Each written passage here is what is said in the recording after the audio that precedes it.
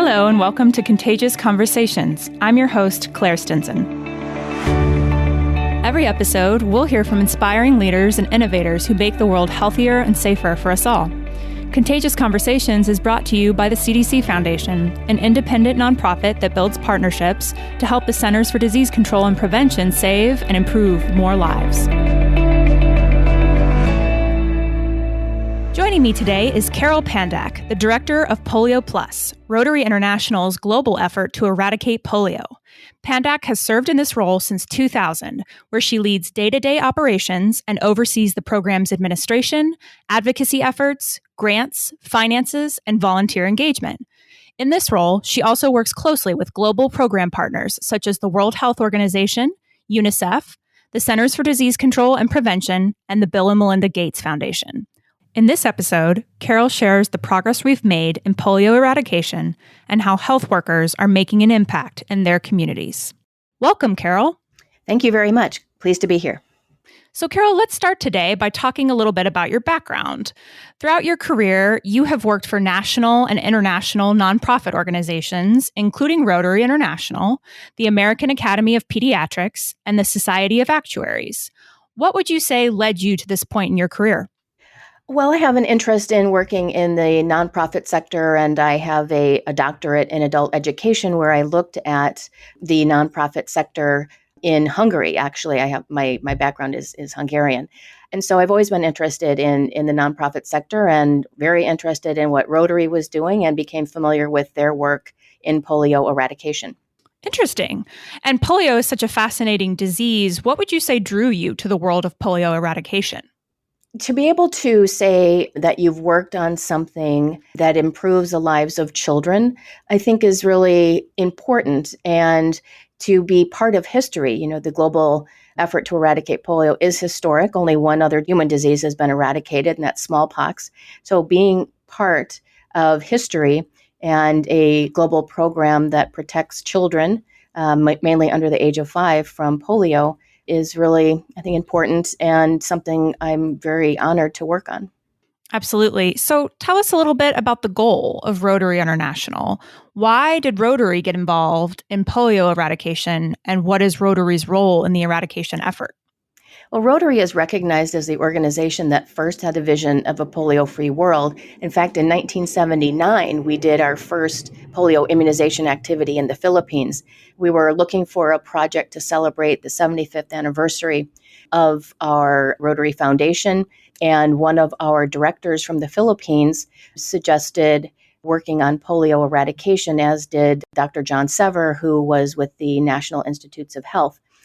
So we did our first project in the Philippines, immunized 6 million children against polio there. It was quite successful. The Philippines at the time had the highest burden of polio disease in the Western Pacific area. So we replicated that project in 5 other countries, and that led to the launching of our PolioPlus program in 1985, which was a fundraising effort to raise $100 million to immunize the world's children against polio. And our goal was $100 million, and we ultimately raised $247 million.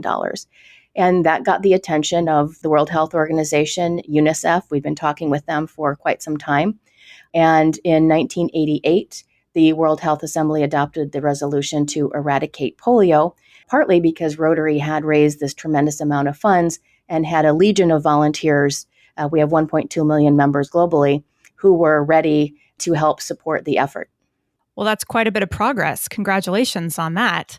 So the eradication effort has been going on since 1988, and there has been this steady progress, but things have now slowed. What would you say is behind that? First, I'd like to address the progress, right? Because in 1988, there were some 350,000 cases of polio every year. Last year, there were only 33 cases in 2018. In 1988, 125 countries were endemic for the wild polio virus. In 2018, only Pakistan and Afghanistan were reporting polio cases. So there has been tremendous progress since 1988. We are facing some challenges in Pakistan and Afghanistan, reaching every child with the polio vaccine. That's where we are today. So you're certainly very knowledgeable about polio. In your opinion, how are we going to eradicate polio? Well, we're going to eradicate polio by ensuring that every child under the age of 5 gets vaccinated against polio. And we also have to be, listening to communities about what else they're interested in. Some of these places where polio still exists are some of the most deprived communities. And so it's not only polio that they may be concerned about, there could be other diseases. And so trying to figure out a way to work with communities to build trust in communities so that they are welcoming of vaccinators that are bringing polio and then maybe some additional complementary services to address other high priority needs in the community. We'll be right back with Carol. Since this is a show about contagious conversations, we want to hear from you. Each episode, we'll ask you a question. And this episode's question is, do you know someone who has been impacted by polio? Just email info@cdcfoundation.org to answer. That's info@cdcfoundation.org.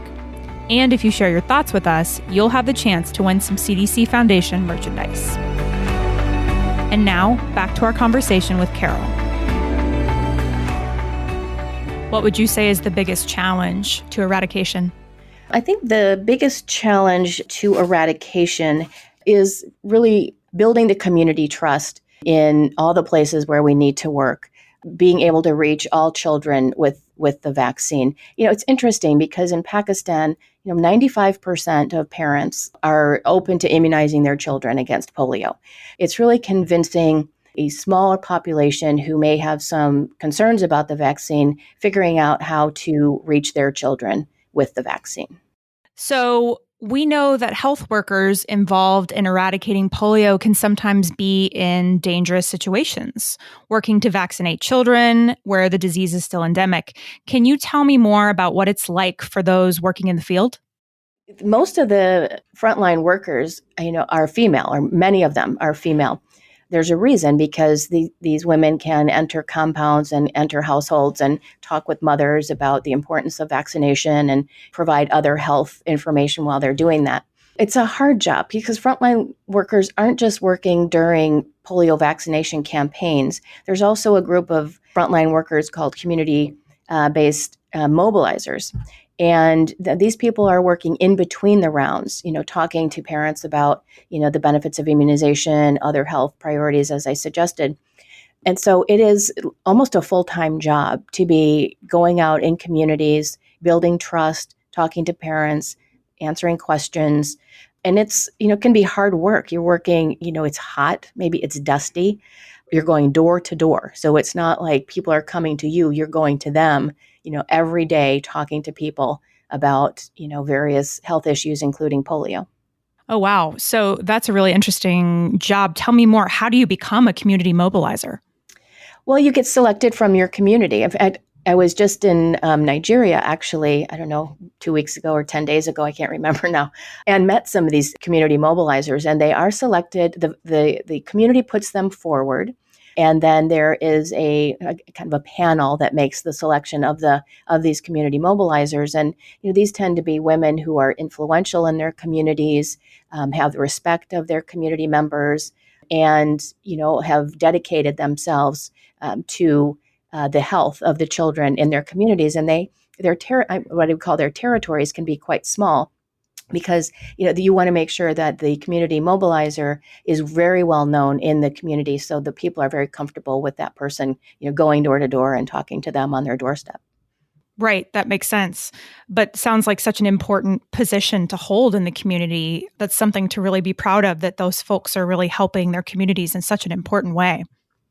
Yeah, that's absolutely the feeling I got when I was meeting with them. They had the opportunity to present, the work that they do, how they do their work, and go about their days. And yes, lots of pride in what they're doing. And of course, there's supervisors also that provide some oversight to help them do their jobs well. And so there is this level of accountability also built into the system, so that that the activities are of the highest quality. But it sounds like sometimes it can be dangerous. So what would you say is the biggest danger to them? Some people are reluctant to have their children vaccinated. and are maybe frustrated that either a community mobilizer or a vaccinator has come to their home so frequently that, and only bringing the polio vaccine. That's one thing that we've heard. So I think there's just a level of frustration at the lack of other services that perhaps are being provided to them in some of these communities that are very, very deprived. And that's something we're working on, and Rotary is working on, as well as how do you bring some of these complementary services. For example, we've put in a water filtration plant in one of the large slum areas in Karachi, next door to a facility that's providing vaccinations, PolioPlus, other vaccinations. So trying to meet those felt needs of communities so that their level of trust increases and their frustration decreases. Makes sense, and all really important goals. Thank you for sharing that. Carol, I understand you have background in understanding the psychology of vaccine hesitancy. Talk to me about that, as this is a really important topic in today's world. Right. I think we've seen, we see in the media, and we know that this is an issue that is actually becoming a global issue. There's hesitancy in the United States. We see it in places like Pakistan and other countries. I think part of the issue is that parents don't see these diseases anymore. And we have forgotten what these diseases look like. Most young mothers would not be able to tell you, what it looks like for a child to have polio, or they don't know anybody who's had polio and how devastating it can be over a lifetime. And the same with measles or other diseases that are vaccine preventable. So I think part of it is the progress that we've made against these vaccine preventable diseases have made them a distant memory for many people. All really important points. So how, in your view, do we overcome this hesitancy? I think it is with dialogues. I think it's dialogue with mothers, dialogues with father, with people that they trust, right? And it's what we do in Pakistan. It's what we do in Nigeria. Is that you get the community influencers, you get could be a religious leader that people trust. Really understanding who people respond to and filtering information to them through that mechanism, so that they feel they can trust the information that they're receiving. Have you seen success with that model?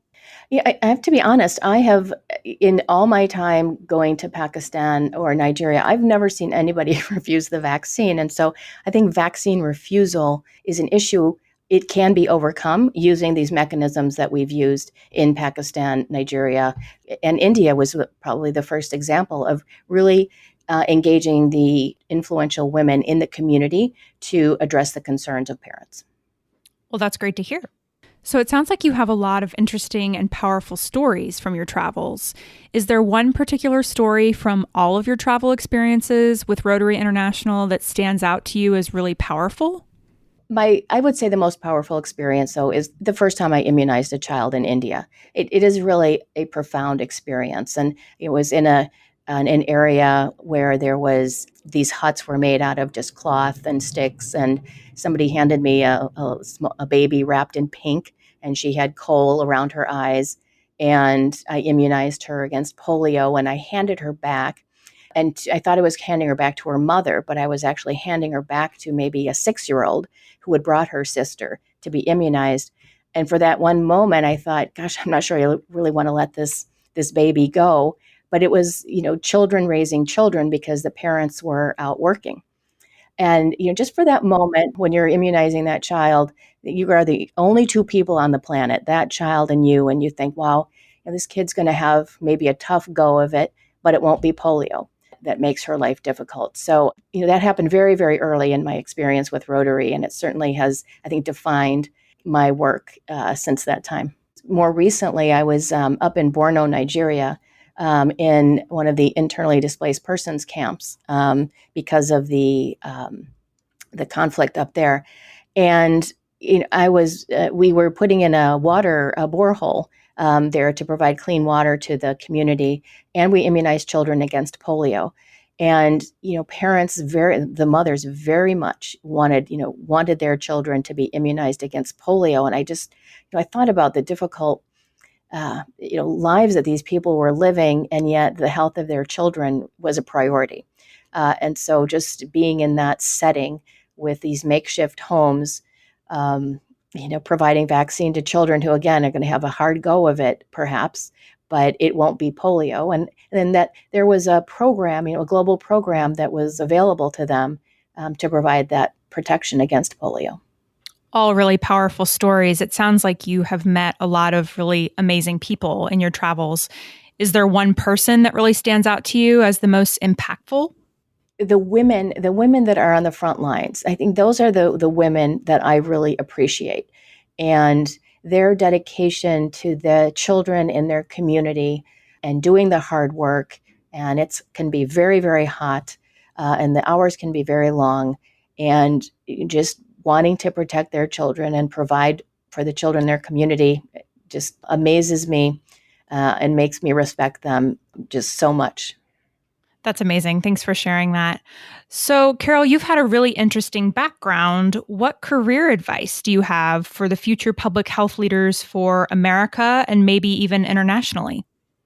Well, I think my advice is you don't necessarily have to be an epidemiologist to be in public health. All sorts of expertise are required in public health. There's so much around communication, information, education, advocacy, reaching out to government to get them to prioritize polio eradication or whatever issue you happen to be working on. Of course, there's the financial aspect of it. So I think if people are interested in global health, you can almost any skill that you have can be applied to a global health initiative. And I would encourage everybody who's interested to think about how they can use their skills, because, as I said, a whole range of skills are needed to make a successful global health program. Really important advice. Carol, thank you so much for sharing your story with us. We have learned a lot about polio eradication, and I enjoyed talking with you today. Thank you very much. Thanks for listening to Contagious Conversations, produced by the CDC Foundation and available wherever you get your podcasts. Be sure to visit cdcfoundation.org/conversations for show notes and bonus content. And if you like what you just heard, please pass it along to your colleagues and friends, rate the show, leave a review, and tell others. It helps us get the word out. Thanks again for tuning in, and join us next time for another episode of Contagious Conversations.